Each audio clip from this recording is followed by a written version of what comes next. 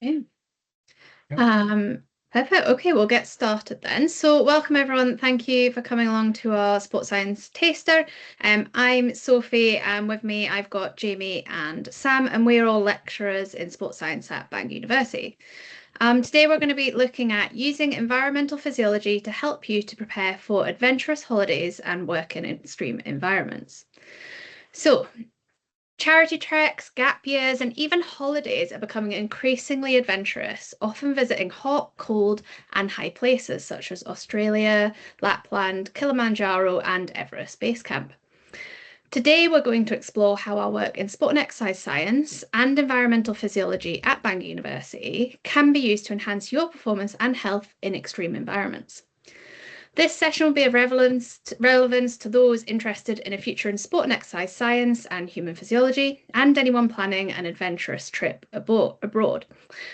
So, we will do this by discussing two hypothetical but very common cases. So, our first case is Fionn. Fionn is 17 years old and has joined a charity trek to climb Kilimanjaro to raise money for Cancer Research UK. She's heard that only 50% of climbers reach the summit and has even seen videos suggesting the climb is really tiring. So, my first question to Jamie and Sam is, what can Fionn do to increase her enjoyment and chances of summit success before she leaves the UK? Okay, thank you, Sophie. So I'm just going to double check that people can see my slides. So you should see a Bangor University picture of it being very sunny, which it is every day in Bangor, I assure you. So please shout now or put a comment in the questions and answers if you can't see that. Okay, otherwise I'm going to continue. And just to let you know, there will be an opportunity at the end for you to ask any other questions that you might have. Okay. So, what can we do to help Fionn, or what can Fionn do before she leaves? Well, the first thing I'd like you to do is just have a look at this picture. So this is a picture of one of Sam and my expeditions out to a place called the Hidden Valley in Nepal. It's around 5,500 meters. And when you look at that picture, so this is of a research expedition completed with our students, and there's some triggers or clues in here for what you might need to think about or what Fionn might need to think about on her trip up Kilimanjaro, because Fionn is going to be in what we call a multi-stressor environment. So if you have a look at the picture, you might see some of those stresses that might be affecting Fionn. You can see that she's likely to experience temperature extremes. We can see bright sunlight, but also we can see snow on the ground. And those small group of tents in the center of the picture here, if you can see my mouse, that's the sleeping tents. So it's very likely that sleeping in a tent is going to disrupt your sleep. To get into this location, we had to walk over this ridge that you can see in the background. So we're expecting to see very arduous, hard physical activity and exercise. We have the direct effects of sunlight. And if you look on the right-hand side, you'll see a wind turbine. So it's also a very windy environment. Up here on this little ridge on the left-hand side, you can see our cook tents. So this is where our porters and cooks did our cooking for us. But clearly in this environment, your diet is going to be very different to what you would have when you're at home in the UK. This little square tent in the center is the latrine, the toilet tent. So as you can imagine, there is an increased risk of getting ill when you're in this environment. And then it is a very remote environment. It's called the Hidden Valley for a reason. And psychologically, that has quite a lot of burden on individuals who travel into that environment. So what can we do to help prepare Fionn for when she goes into that environment? Well, at Bangor University, one of the things that we would say is really important is to get fit. So I'm going to show you some data, and I'll explain to you what this data actually means. So on the bottom axis here, we have increasing altitude. And on the side of vertical axis, we have the change in VO2 max. Now, VO2 max, you might have learnt about this if you've done A-level PE or BTECs in PE. This is our measure of fitness or aerobic capacity. And what this graph shows is data from lots of different studies that suggests that people's fitness decreases as we go up to higher altitudes. Now, Kili is about 5,000 meters. This graph only goes up to around 3,000 meters, But you can see already at that altitude, you're seeing a decrease in people's fitness of around 20%. So that's a substantial drop. And our suggestion would be that one thing you could do before you go out to this type of environment is to get fit before you go. And it will help to take into account and mitigate that decrease in fitness. There is a problem with that though. Anecdotally, lots of people tell us, and there is lots of people might tell Fion as well, that fit people get sick when they go to altitude. Often people's experience is when they're on a trek, there's people of different fitness within their group, and they'll often be surprised that the fit people are the ones that get ill. So I'm just going to show you some data that we actually generated on a research expedition to try to see whether that anecdotal observation is actually the truth in reality when we study it scientifically. So what we did is we first measured people's fitness at sea level in our altitude chamber at Bangor University. This looks like a conservatory, and that's exactly what it is. It's a conservatory built inside our laboratories. And you can see we're simulating the type of exercise that would happen on a trek like Fion's. So someone's wearing a rucksack and they're stepping up and down on a step, and then we're measuring their fitness using these Douglas bags here. So we did that a month before our participants went off on an expedition. We had 50 participants made up of students and other people on this expedition. We then asked our participants to trek into an environment similar to the one I showed you on the first slide. This was around Manaslu in the Nepali Himalaya. And every day during the trek, you can see their ascent profile on this graph here. So this is days along the bottom and how high the trekkers are climbing. We recorded how hard the trekking felt to them. So everybody was trekking at the same speed, but we wanted to know how hard that exercise felt to them. And then when they got into the highest point of the trek, we then set up a research lab and we repeated our experiments that we did at Bangor in our altitude chamber. But this time it was in a tent and it was done at 5,000 meters. So what did we find? Well, what we showed is that the people with the lowest fitness in the group, they reported that the trek felt the hardest to them. So we record how hard the exercise feels to them by recording something called rating of perceived exertion. It's a paper scale that goes from 0 to 10, and a score of around 6 suggests that the exercise feels very strong and heavy. It's hard work for them. So our lowest fitness participants on that trek found the exercise strong and heavy to walk into the Hidden Valley, into the Manaslu. The highest group found that exercise was only moderate in its intensity, so they perceived the exercise to be easier. That's what we'd expect. Fit people have an easier time when they go to altitude. But what we also importantly showed with this study is that that fit group, not only did they report that the exercise was easier for them, but they did not get more sick.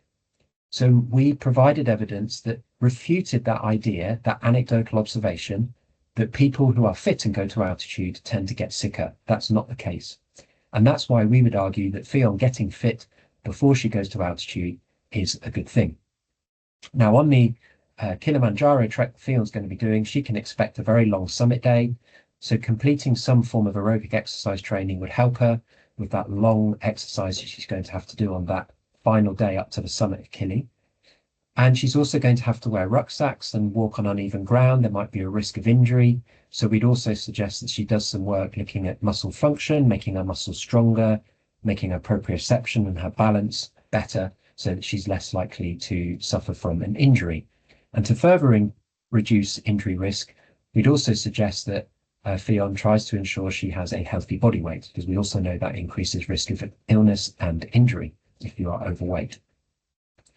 So what else can Fion do to help her on this trek? Well, she could educate herself about going to high altitude. Now, you're doing that today by coming to this webinar. During our degrees, when we teach sports science at Bangor, Sam teaches a module where he actually uses high altitude exposure as a really exciting model to teach about the oxygen transport chain and human physiology. So that's one way to educate yourself about high altitude. Ultimately, when Fion goes into that environment, there's going to be less pressure in the atmosphere, and this is the driving force that gets oxygen from the air that she's breathing into the blood and delivered to the brain and muscles where she needs it. And there's a really important immediate adaptation that Fionn will experience that she would know about if she learned a little bit more about going to high altitude. And it's a very simple one. When you get into that environment, you increase your breathing rate. That sounds very simple, but it's really important to know that because when it first happens to you, when you go to altitude, it can be quite disconcerting. It can make you quite anxious. So knowing that an increased breathing rate is a good thing and it's quite normal is quite helpful to know. The other classical acclimatization response that we'd expect Fionn to experience, she's going to concentrate her blood. She's going to make her blood as thick as possible to increase the amount of oxygen that each unit of blood can carry. Eventually, she'll start producing more hemoglobin and blood, more red blood cells. It's a form of natural doping. But to start off with, we do that by actually concentrating our blood.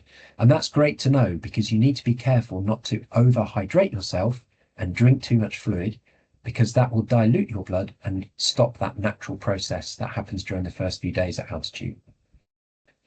Other things that Fionn can do, she can work with her tour guide, her expedition company, and ask what their policy is to manage health and safety on the mountain. What's their itinerary going to be? How will they minimize risk of altitude illness? Kilimanjaro is very isolated. You have to pay for every day that you climb the mountain because it's in a national park, and there's very limited accommodation on the mountain. So it becomes very hard to acclimatize and it becomes very hard to ascend slowly. And these are all the things that you need to do to avoid altitude illness. So quizzing your expedition company or your tour guide about how they're going to manage that's really important. And we'll show you a link at the end that you can use to actually remember those type of questions you want to ask them. It's also worthwhile asking what medical support they have, what staffing, what evacuation procedures, what medical equipment do they take, do they have insurance in place for you? And then a key thing that we would recommend before you go out on an expedition like this is to practice with your kit and practice the activities that you're going to be doing on the expedition. So particularly kit like new walking boots, practice using them before you get out there to avoid simple blisters, and practice walking, practice sleeping in a tent. So you're not using those activities for the first time, actually in a challenging environment like Kili. I hope that answers your first question, Sophie. Yeah, that's really interesting. It's really interesting to hear about all the physiology that's going on behind what's happening when people are going to altitude and on these expeditions as well. So, my next question is, do you have some advice about what Fionn could do to reduce her risk of illness when she goes on this expedition and her enjoyment and then the chances of summiting during the expedition itself? Yeah, okay. So hopefully Fionn will have put all those things in place before she goes, but when she actually gets out onto the trek, then try to think back to that very first photo that I showed you, the multi-stressor environment of all those different factors that are going to influence her physiology and her psychology. And what we would recommend is she tries to manage all of those aspects of the multi-stressor environment. So, for example, the first thing we would think about is maybe nutrition. Okay, this is sports scientists love talking about nutrition. So it's a great one for us to work with our clients like Fionn. One of the things we'd suggest is that Fionn increases her energy intake to match her energy expenditure.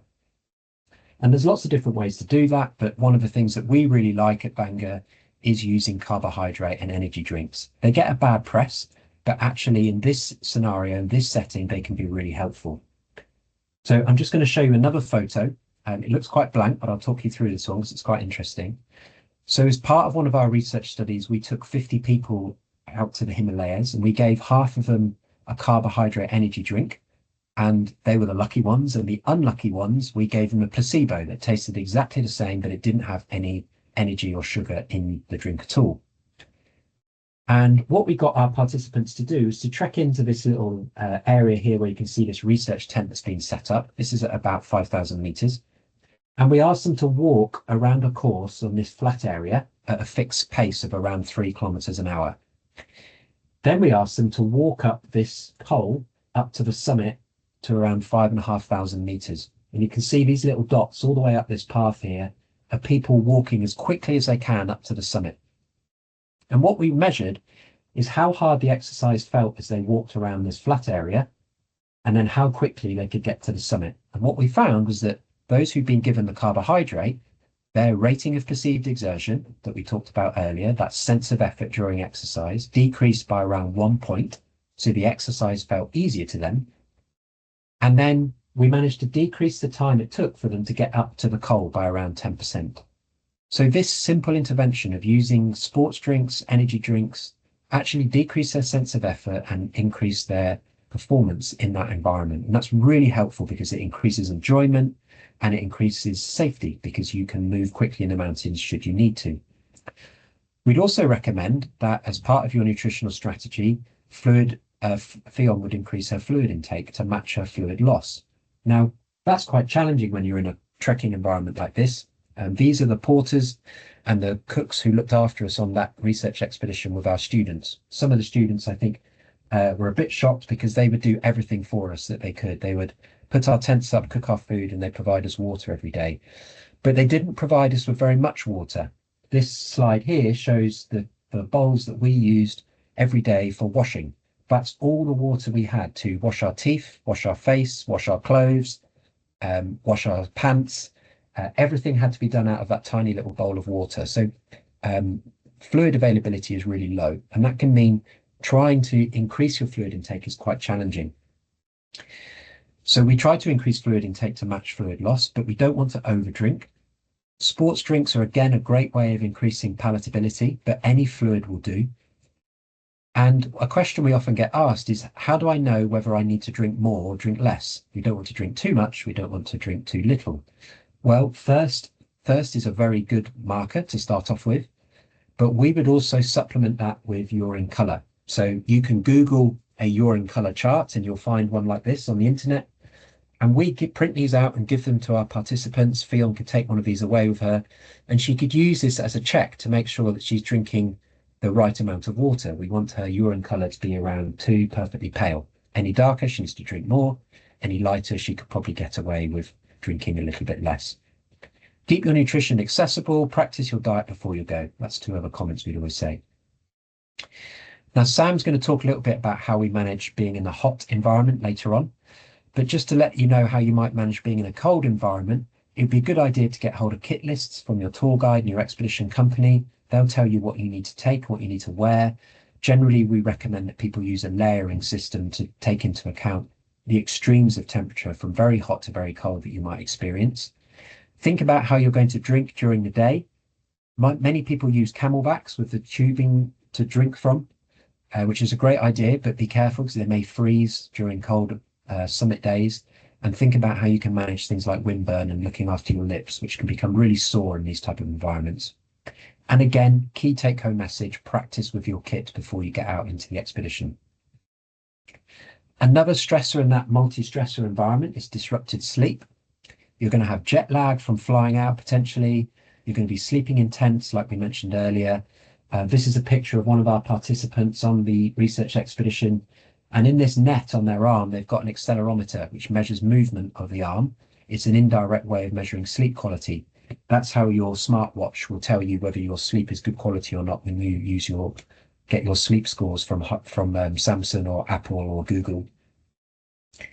And what we'd recommend here is that you use good sleep hygiene. So you can see that our participant here has got a nice warm sleeping bag, a comfy sleeping mat. But don't forget things like a pillow, eye mask, earplugs. Think about when you consume caffeine. Maybe take a pee bottle so you don't have to get up out of the tent in the middle of the night when it's cold. An unusual thing when you go to altitude is that you will experience periodic breathing. So at night time, you'll have these periods where you stop breathing for a number of seconds, and then suddenly you take a big gasp. That's quite normal. Just expect it to happen. It's a little bit disconcerting, but it's not necessarily dangerous. And again, practice sleeping outdoors. The other thing I just want to talk a little bit about is illness. So just a couple of things to think about there. Coughs and colds, diarrhea and vomiting, those type of things, again, can be avoided or reduced in risk by using good hygiene. People often focus on water purification and making sure that they've got a good water purification system, but most illnesses actually come from poor hand washing. So make sure you've got a system in place to think about washing your hands. The other thing that we recommend that Fion does on the trip is that she monitors her signs and symptoms of illness. And this allows us to talk a little bit about acute altitude illness. Acute mountain sickness is what Fion had heard of before the trek. Our work suggests that it's due to an increase in pressure in the brain. And I'll just show you a little bit of data on this before I hand over to Sam. So on this slide, you can see some of the symptoms that are commonly reported with acute mountain sickness. We've got gastrointestinal, which is upset tummy, dizziness, tiredness, headache, and then difficulty sleeping. And the numbers along the top of this graph here show how many people out of our group of 50 participants in this study actually got clinically defined acute mountain sickness on each day of the expedition. So you can see when they got to the highest altitudes of around 4,500, 5,000 meters, about 11 or so out of the 50 were actually getting clinically sick.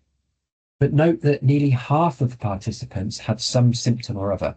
Okay, so this is not a bullet that you're likely to dodge. You are going to experience, or your friend will experience on this trip, symptoms of acute mountain sickness. The great thing about acute mountain sickness is that it's self-limiting. What that means is that if it really is acute mountain sickness, it will sort itself out over time. Okay, you can see on this graph, after participants got to the highest altitude, the symptoms began to decrease, and that was without any intervention or treatment. People just get better. However, there are two illnesses that you need to be really careful of. That's HACE, cerebral edema, and HAPE, pulmonary edema. These are due to fluid accumulation in the brain or the lung, and these conditions are life-threatening, so you do need to do something about those. The best thing to try to prevent these altitude illnesses is to be aware of that multi-stressor environment. Okay, so maintain things like hydration, avoid coughs and colds, make sure you're getting enough sleep, keep yourself warm. Ascend and move slowly. Again, there's a great sports science technique that you can use that we've talked about already today. You can use the rating of perceived exertion scale. You can print one out off the internet, take it with you, and monitor how hard the exercise feels to you every day. If the exercise is feeling really hard, slow down, because then it will reduce your risk of illness. And then you can monitor your symptoms of things like acute mountain sickness. So you can print out something called the Lake Louise score. Again, you can Google that, and it will ask you questions about these symptoms. And if you monitor that every day, you'll get a good idea about what a normal score is for you, and when the symptoms are becoming severe and you need to change your behavior. For example, they may be severe and you want to take an extra rest day to make sure that you don't get too sick. If in doubt, the best treatment for all of these conditions is to descend and to go down the mountain. Okay, so on that note, I'm going to hand over to Sam. There's just a couple of QR codes on the screen there that you might want to just take a snap of your smartphones. The first one is to a booklet to help you to get information on traveling at high altitude. And the second one is about how to check your expedition provider. So make sure that they're doing a good job in looking after you when you go away on a trek like this. Okay, I'm going to hand over to Sam for a bit, and Sophie might ask him some more questions. Perfect. Thanks so much, Jamie. It's so interesting to hear and to think about it as that multi-stressor environment. We might only think about one of those stresses when we're on these climbs or these hikes, and actually all the many things that are going on, and some really practical advice there. So thanks for that, Jamie. So Sam, I'm going to give you a different scenario now, and we're going to focus on some different stresses. So now we have Omar. Omar is 18 years old and he's taking a gap year. He's traveling and working around Australia. It's probably maybe some of you in this webinar are thinking about doing this as well. So he'll be working, picking grapes on a vineyard, and he's realised that the daily temperature often exceeds 30 degrees C. So Sam, what can Omar do before he departs to make his work feel easier and increase his ability to work and his work capacity? Okay, thank you, Sophie. Maybe just before I get started, if people do have any questions maybe for Jamie from his part that we've just been through, I do encourage you just to pop them in the chat maybe, and he can perhaps try and respond to some of those, or we can take some of them at the end of the talk and provide some more answers to those. So back to Omar traveling to Australia. It sounds very exciting. So he, as you can see in this photograph here, fruit picking is can be quite an arduous job, something that people are going to do for many hours of the day potentially. And as Sophie's highlighted, clearly in places like Australia, this is going to be a combination therefore of quite arduous exercise, but also doing this in a hot environment. So that is a challenging environment. And if we can just move on to the next slide. when we do physical exercise in a hot environment, it's really a question of heat balance is one of the key things that we need to think about. So in some of our lectures in our first, second, and third year, we talk about something called thermoregulation, which is really talking about the physiology behind maintaining body temperature. So the human body likes to sit around a temperature of about 37 degrees. And it makes, there's physiological changes that happen to try to maintain that temperature, whether we go into a cold environment, as Jamie was just describing, or in a hot environment, as we're thinking about here with Omar working in Australia. And as I said, it's the key thing here to think about is this is a question of heat balance. So in the case where we are in a situation where we're in a hot environment under the sun, as Omar will be working with the fruit picking, we're going to have sources of heat gain, the principal one here being from the sun, so solar radiation, but also other objects in the environment near to the person will also heat up and provide some form of radiation. So in this photograph here, we can see the tarmac is very dark, so it absorbs lots of heat, and that energy then is then released as radiation towards the individual. So there are other sources of heat gain as well, but the principal one is the solar radiation, probably, that's going to be affecting him.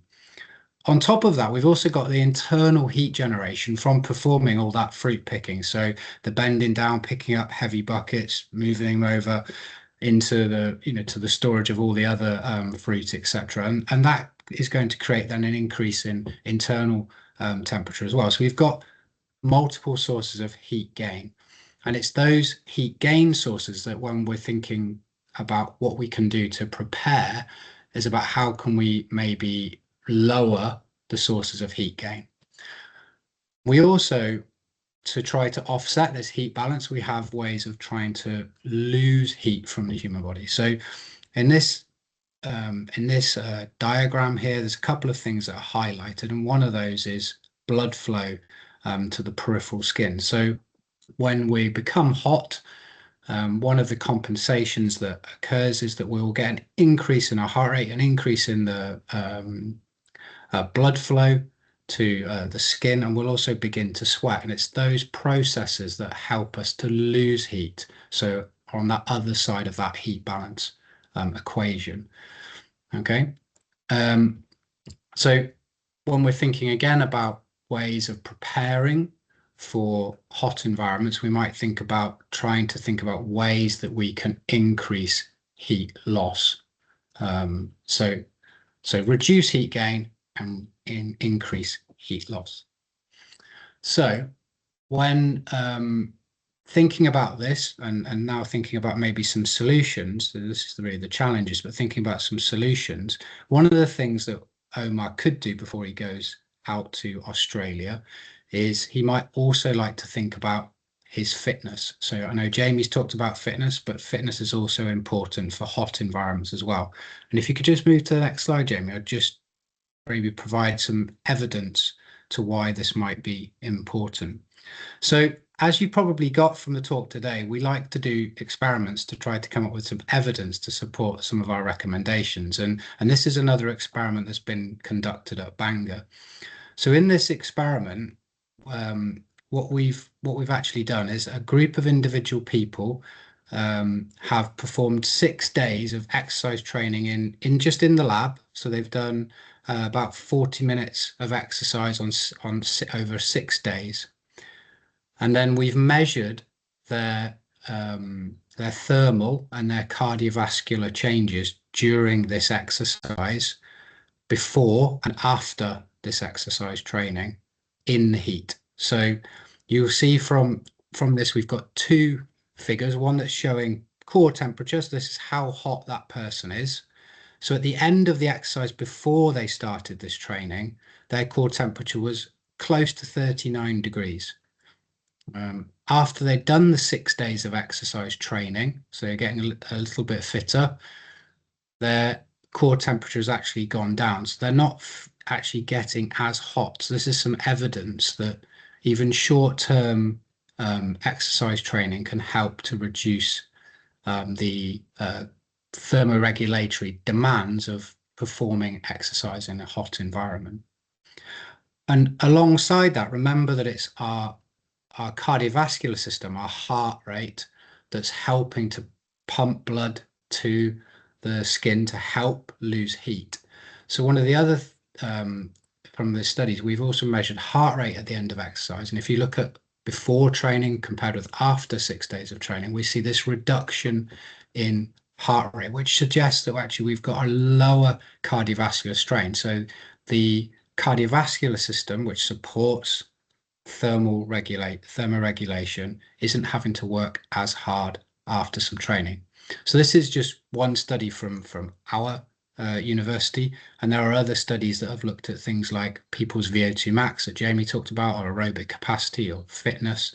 So there's other studies that have also shown these relationships, that essentially either exercise training or being fitter is generally an advantage to be able to help you maintain lower body temperatures in hot environments. So again, getting fit will help you in this hot environment.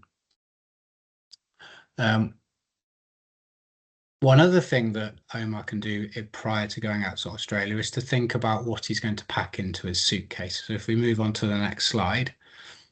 So Omar's suitcase is looking very empty at the moment, but that's good. That means he's got lots of space to try to fit in some more things that are going to help him out in Australia. So I don't know if anyone's got any ideas. What do people think that Omar like to pack in their suitcase? You can shout them out, put them in the chat.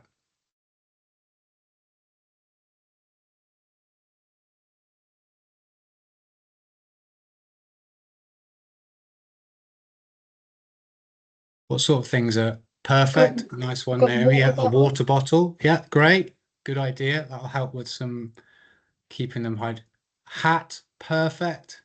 And linen clothing, yeah, so light coloured. Suntan lotion, perfect. Well done. Any other ideas? So if you, that's very good, well done, thank you very much. If Jamie, you just advanced there's a little bit of animation, so perfect. We've got some nice, some nice light coloured clothing. Of course, light colours help to reflect sunlight, and therefore will help to keep the person cool. It might want to be long sleeved actually to help prevent sort of sunburn and things, and it's obviously important to take some suntan lotion and sunblock. We know that people who actually get sunburn, so when the skin is damaged through sunburn, that actually also impairs your ability to thermoregulate. So it actually affects the skin layer, and so actually preventing sunburn to help, oh, if we go back one, Jamie, will also help to keep you cool in a hot environment. Sunglasses clearly to try to protect your eyes out in that strong sun, and a hat will also help to prevent you from getting hot, and also to prevent sunburn, which is, as I've said, important also for thermoregulation. So those are all great things that they can do before. And so what else might Omar think about? So if we go to the next slide, we had a little sneak preview of it a minute ago, but another thing you may have heard about is this thing called heat acclimatization, or getting used to a hot environment. And this can be done in different ways. One way is that it can happen when you arrive at a location. So you might have some time to actually adapt to the heat slowly when you get to a new country. But a lot of people would, particularly athletes or going out to, say, major games, they don't have time to be able to do that naturally. So they might want to acclimatize, and so might Omar, before they go out to this hot environment. Now, this is some additional data from the same study I described, but we also had people complete a heat acclimation. So as well as doing the exercise for 6 days, they, after each of those exercise bouts, they jumped into a hot bath, which was at 40 degrees. Starting on the first couple of occasions, that up to sort of 15 minutes at most, and then as they became able to tolerate that hot environment, they were able to extend those hot baths up to 40 minutes. But it is a gradual process, heat acclimatization generally. So this combination of exercising and then a hot bath is one that's quite practical and something that people can obviously do in the UK. Whereas a most a common way of this heat acclimation has been studied previously in research is people use heat chambers and things which are obviously not commonly available. So you can see our heat chamber in the photo, in the second photo there. So this is a practical method that the sort of thing that people might do. People might expose themselves in saunas to a hot environment or hot baths or spas. But the important thing is that people have a practical strategy to get used to the heat. So in this experiment, why might this be something that Omar particularly might like to consider is you'll see in comparison with when people just do the exercise in the exercise training in 19 degrees, so the blue conditions in these figures, that the additional stress of jumping into the hot bath after each of the days of exercising in a normal temperature provides an additional adaptations and improves thermal and cardiovascular strain that more. So we've got even lower core temperatures after a period of exercising in the heat after the training, and they've done a hot bath. So they're now down to about 38.2, and the heart rate has also dropped further after that training that involved the hot baths. So this is just some evidence that really from one study from our institution, but heat acclimation studies have been completed at lots of other universities and research institutions over many years, and heat acclimation is generally seen as probably the most effective way to prepare for a hot environment, because it actually helps to elicit changes, physiological changes in the body before people are then exposed to the heat in this case, Omar, when he's out in Australia. The last thing that Omar might like to do before he goes out is to think about educating himself about what it's like to be in a hot environment. So may have some understanding, obviously, of course, from being on holidays, for example, out to other hot countries, might have some understanding of what the environment's like, and some preparatory things like ensuring it has access to fluids, and as someone pointed out, make sure you have a water bottle and drink water, etc., and to try and stay hydrated. All of those things will help. But it's also worth Omar learning a little bit about the signs and symptoms of heat illness. So just like being high in the mountains, where there are possibility of additional illnesses, Omar might like to learn about heat illness. So if we go on to the next slide. So there are many signs and symptoms of heat illness, and this isn't a complete list, but it's some of the more common ones that you might see. And it's worthwhile Omar learning a little bit about these symptoms for his own health, but also for those people that might be working around Omar as well. So any of these symptoms might indicate that somebody is starting to feel unwell in the heat whilst they're working, fruit picking, and probably at any of these occur, the best situation is to try to remove that person from the heat stress, to try and get them into shelter. And often things like just oral rehydration with normal fluids and small light meals, if people are able to eat those, because that helps to replace things like salts, would be sufficient to obviously treat or anyone who's suffering from some of these signs and symptoms. But it's most important that Omar is, I think, aware of these signs and symptoms before getting out to Australia. Amazing. Thank you so much, Sam. That's really interesting and some really helpful tips about what Omar can do before he arrives in Australia. So I'd now like to ask you, Omar's now arrived in Australia. He's not started work yet, but he's just got to Australia. So what should he be doing when he first arrives in Australia? Again, ideally, I touched on it earlier on, but when everyone goes to a hot environment, if time allows, it's really a good idea for people to spend a bit of time pacing themselves in that new environment. So thinking about how much work the individual person is doing to how much rest. So work-rest ratios is what we're sort of thinking about here. So for those first 2 to 3 days, trying to avoid any really heavy exercise, and also this will also allow some time to acclimatize to the heat. So if it was possible, it would be nice for Omar to fly into Australia, maybe even have a couple of days of sightseeing or something like that, which would be less arduous before going on to doing the actual heavy labor, maybe of fruit picking might be a nice way of thinking about it. And I think the other thing that's worth mentioning is that when you get out to that hot environment, one of the other things that might end up that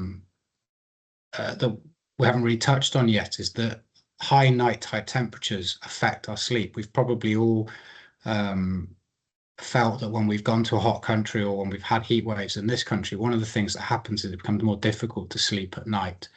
So of course, going out to this hot environment and actually potentially Omar might be in the situation, if it doesn't have air conditioning and things like that, where the sleep quality might decrease, and anyone who hasn't had a bad night anyone who's had a bad night sleep will know that your mood and things is reduced by poor sleep, and you're probably going to feel fatigued and things, and this might be on top of jet lag, etc. as well. So in those first few days, I think there's a number of things there that are happening that probably make sense to try to not complete too arduous exercise and take your time. Perfect. Thanks, Sam. Okay, so Omar's done all his prep before he gets to Australia. He's got to Australia, he's had a few days, he's tried to acclimatise. So what other tips would you give for Omar that he can do during his job in the heat to allow him to better cope with that? I think that's a really good question, Sophie. So if we move on to the next slide, really just to provide everyone a nice resource here. So this is from the UK Health Security Agency, and it won't cover absolutely everything I'll cover now, but I think it provides a really nice summary, and there'll be a link through to a QR code at the end of this section that people will be able to download this for themselves. But it's a nice simple poster. It's the sort of thing that people can print out and maybe even take with them traveling, that covers a number of points that are really important, whether for anyone traveling out to a hot country, and for Omar in this occasion. So when you're working, we've talked about clothing and things like that. So making sure wearing the right sort of clothing, light clothing that's breathable, wearing sun hat and sunscreen, drinking plenty of fluids, avoiding alcohol, which can cause it might impair judgment and things like that. So that's probably a good idea to avoid that. Cooling skin, if there is an opportunity to do that, that would help to reduce heating. So again, we're looking at things here that would help to increase heat loss. So water is a really good way of reducing, increasing, heat loss. And thinking about the types of fluid, I suppose we could think about that in a little bit more detail. So drinking, as Jamie suggested, so we've got nice pale urine, that's be a good indicator of volume that you need to drink, but also thinking about the content of fluids. So plain water is fine. Often if you're eating frequently, because we can replace things like electrolytes and salts through the food and things that we eat. But if you haven't got access, or you're a very heavy sweater, it might be advisable to think about adding a little bit of salt and things to the drinking fluids. That, if you try to drink salty water, it's not very nice, not very palatable. So probably one of the ways to do that is to add some fruit juice or some sort of cordial or something within the fluid you're drinking as well, to make it more palatable and enjoyable to drink. That'll also help to maintain just things like blood glucose levels, which will also help to reduce sensations of fatigue, and if you're working a long day fruit picking. I'm trying to think if there's anything. Another aspect I haven't touched on, so that's food and nutrition, I think is important to have a think about. The other bit is about whether there's any opportunity to shift the time of day that Omar's working, because of course it's going to be hottest around the middle of the day into early afternoon. So if there's any opportunity to be able to start work potentially earlier when it's cooler, it's going to be coolest, earliest in the morning, or maybe even working later in the evening. That might be something that Omar might want to consider to reduce that exposure to the solar radiation that's going to be the main cause of the heat gain and the discomfort that Omar's going to feel during that fruit picking. And I think the last bit I'd like to pick up there is that you'll see on the bottom of this poster, it talks about staying safe when swimming. So this is a really important point, isn't it? It's very difficult almost to stop yourself wanting to jump into a lake or the sea to cool off on a hot day. It's actually something, and it can be great fun, but it's just being aware of the body of water that you are getting into. Are there any dangers like currents or rips, or is the water very, very cold? And therefore you perhaps should be thinking about getting into the water slowly, rather than jumping in it to just because of potential for instigating sort of heart arrhythmias through jumping from very hot to very cold and things like that. So slowly immersing yourself into the water is an important consideration.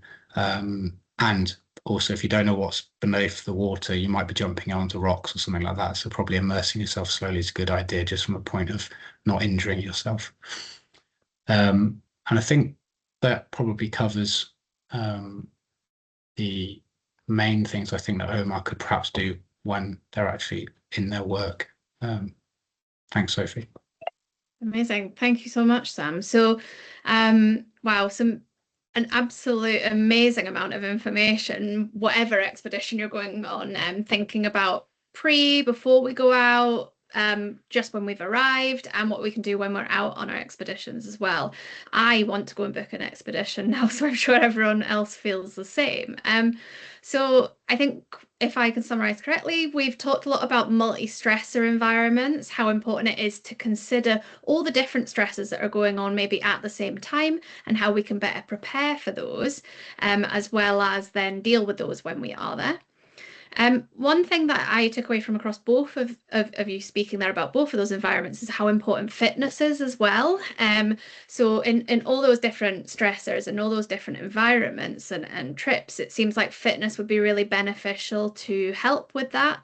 And that's obviously something that's within your control or within someone's control that they can do before they go out as well. So that's really nice to think about.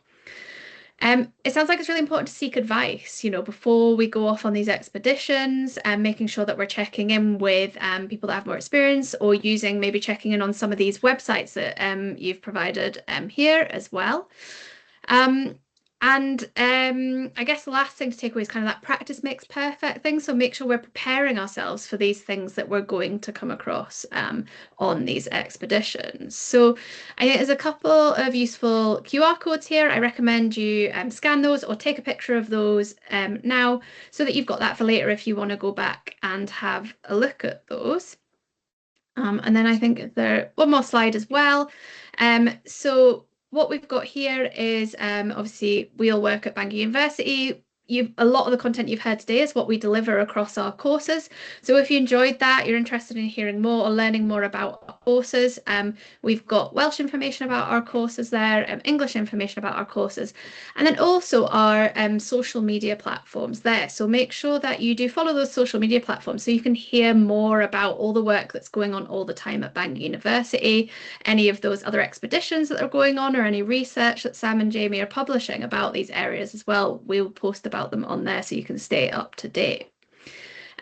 So what I'm going to move on now is to look at the Q&A. So I've seen some absolutely amazing questions coming in.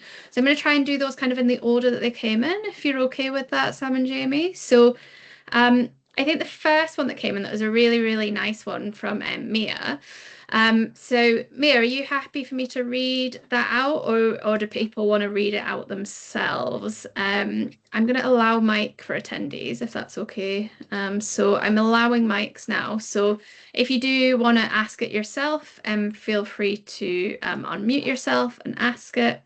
Otherwise, I will start off with this nice question from Mia. So Mia says, I'm about to go on my Gold DAV expedition in 2 weeks, which involves several days of long distance hiking.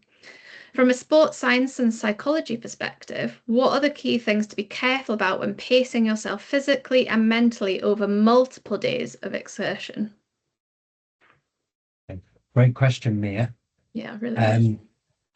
So I think one little tip that you could use is that classic sports science principle that we mentioned in the first part of the presentation today, which is about rating of perceived exertion.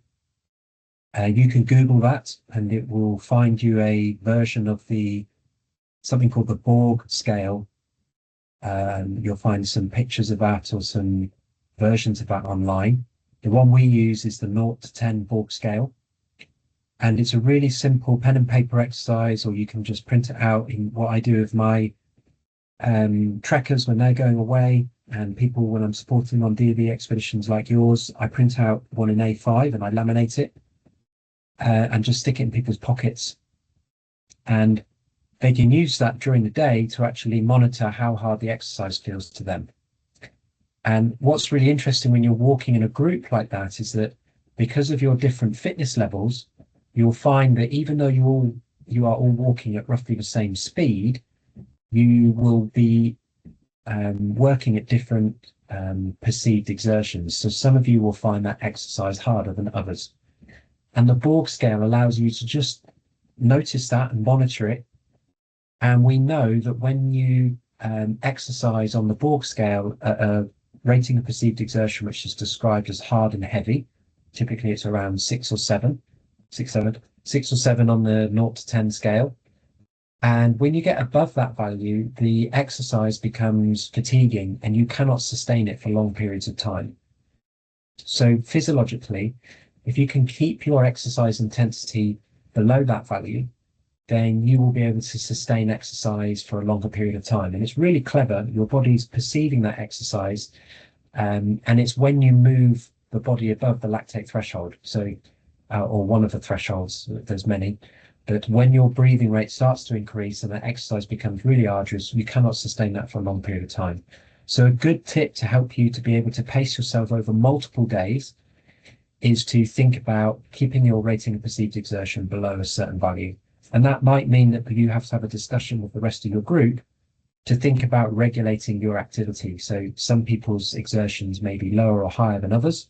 And one way to help the group as a whole continue to make good progress is if you're one of those people who is struggling and finding that rating of perceived exertion is high, you can take some of your weight out of your kit bag and give it to someone else. And that will balance out your exertion and mean that the fit ones get to shoulder some of the extra work. But as a group, the group can continue to progress and move efficiently in that environment. So physically, that's one thing that we would suggest.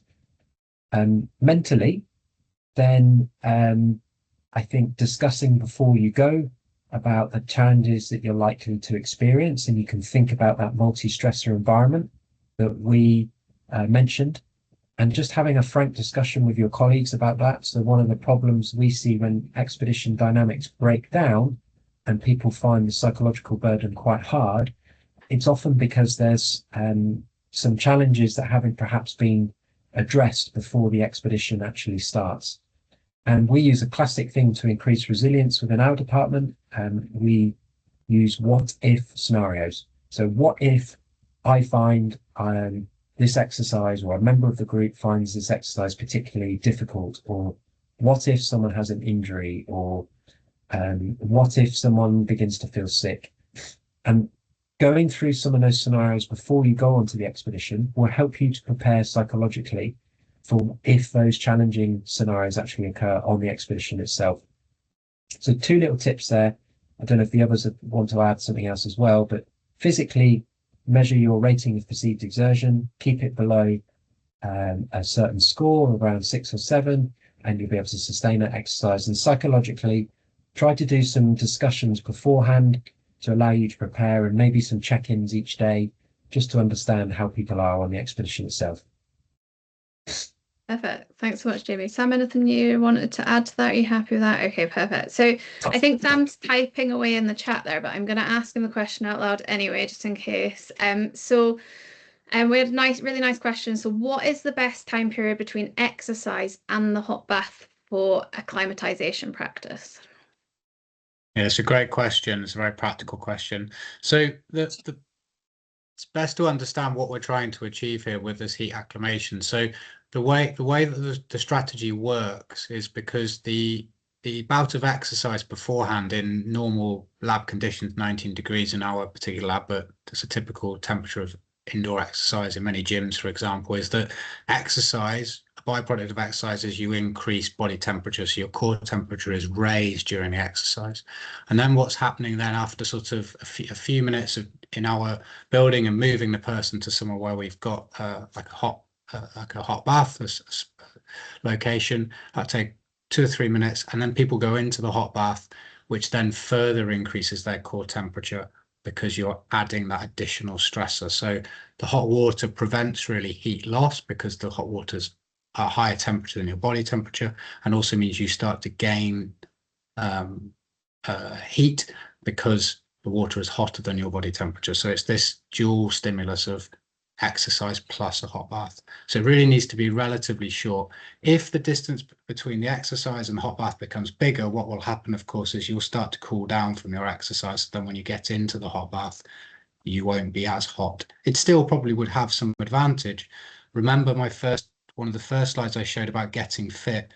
We know that people who are fitter generally tolerate hot environments better, probably because one of the aspects of which perhaps we don't all think about when we do exercise is we get hot. So we become better at tolerating getting hot. So just doing exercise on its own is a good thing to try and prepare yourself for the heat. The additional bit here is a practical way of topping that up to try and become more able to tolerate a hot environment, is to then do some form of heat acclimation. And that might happen through a hot bath, like I said, through something like sauna exposure, or a spa exposure or something like that. Those are sort of some practical methods, or more practical methods, I should say, than, say, for example, we have an environmental chamber here, but most people are not going to have access to those sorts of things. Yeah. Amazing. Thanks. Do you know, I'm going to ask a follow on to that because I've been asked this before by someone.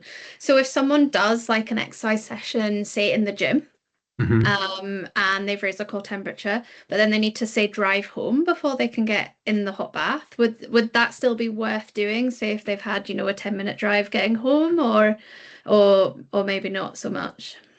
I think so. I think it's one of these things where probably a little bit of something still has a beneficial. So we don't have evidence for that. We haven't done an experiment where it delayed the period between the exercise and then when they actually do the hot bath immersion. But my guess would be that it would still be some advantage of getting used to being exposed to hot environments, because some of the adaptation is not just physiological, it's psychological. So what we see quite quickly is that people become more thermally comfortable. We ask them, how hot do you find this environment? And generally quite quickly, within a few days of exposing themselves to heat, people are more comfortable with that hot environment. So there's probably some psychological benefits as well, as the physiological ones that we need to think about. Thanks, Sam. That's really interesting. So next question, now thinking about, I think when we're in those warm environments. So question was, is it better to have warm showers or cold showers to cool skin? I was going to say, I've just put some more, a couple of links to some other further detail about the train cool, bathe hot. So in the chat, if people would like to look at those as well. Again, it's about thermal loads, thermal severities. So cooler water is going to have a greater effect of reducing some of that heat load in the body, but probably making it really cold is going to be so severe that people are not going to like it, and therefore you're not going to expose yourself for as long to the stimulus. So it's probably somewhere in the middle. You don't want to probably have warm water, but you don't probably want to have very, very cold water, because the warm water is not going to be as effective in reducing the thermal load in the body because it's warm as the cold water. But the very, very cold water is going to be probably intolerable, and you probably only go under or put your hands under it or not fully immerse. So it probably wants to be cool, and that will help you to reduce body temperature. And of course, getting into a body of water where you're fully covered is going to be more effective than a shower where you can only really cover yourself in a thin layer of water. It's still effective, but it's not as effective as being fully submerged in a like a bath or a lake or something like that. Yeah. Thanks, really nice, and nice to see that. I know Jamie had put a quick answer to that in the chat, and you're both on the same page there. So well done. Okay, perfect. So we've had one more comment. So this is from Alexa. Alexa says, out of curiosity, at high altitudes, would the breathing continue to stop while sleeping even after you have acclimatized? And then the second part says, does being exposed to the environment lessen the frequency of it happening, or does that happen all throughout your time being there? No. So as you become acclimatized, your periodic breathing that occurs during sleep at altitude will decrease. So you will begin to reduce how severe that periodic breathing actually is. It may continue a little bit, but it won't be as severe. One of the things we now know is that that periodic breathing is one of the things that really disrupts sleep. And some people recommend taking acetazolamide Diamox as a drug prophylactically when you go to altitude. We don't actually recommend that, but some other people do. And one of the ways we think it's actually helpful is that it decreases the periodic breathing during those first few days at sleeping at high altitude.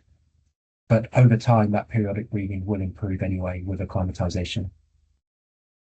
Really interesting. Okay, so we've had one more snuck into the chat there, and it's quite a physiological one. So I'm going to see how well you guys do at answering this. So, how do long-term environmental adaptations influence mitochondrial efficiency and oxygen utilization in endurance athletes training at altitude? Bit off-piste from what we were talking about, but have we got an answer to that? It's a great question. So our understanding of how or why going to altitude to train and get this natural form of doping to improve sea level performance is evolving.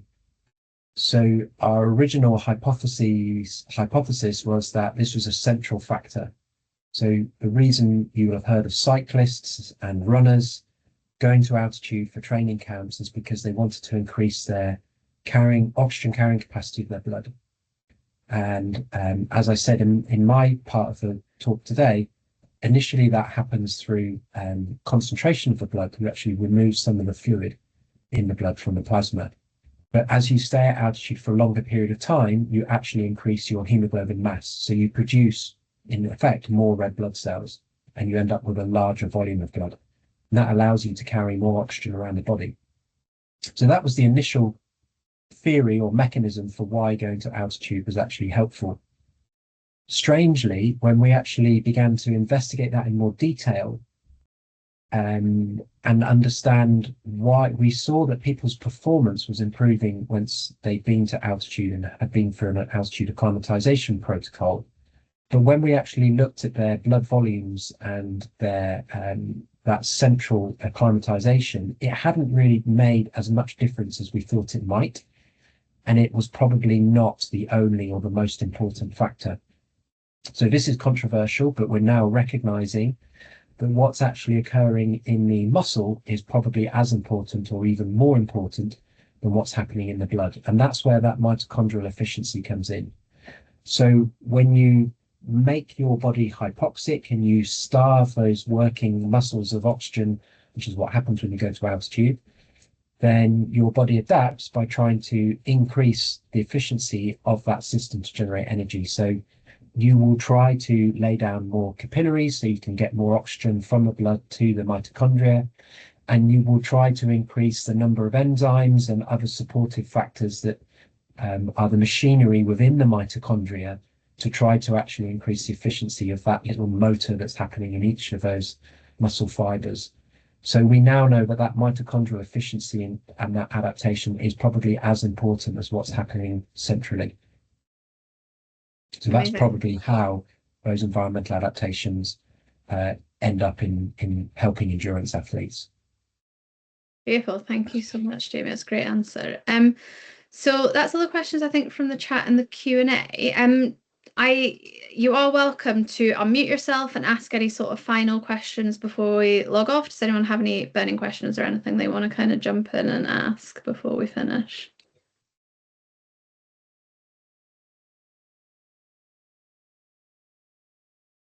No. No, I think we're all done. Okay, perfect. So I just want to finish off by saying thank you so much to Sam and Jamie. Thank you to everyone who came and listened. I learned a lot as well. And just a reminder, we will have other webinars coming up, so keep an eye out for those as well. Thanks so much, everyone. Thanks, Sophie. Thank you, everyone, for coming. Thank you.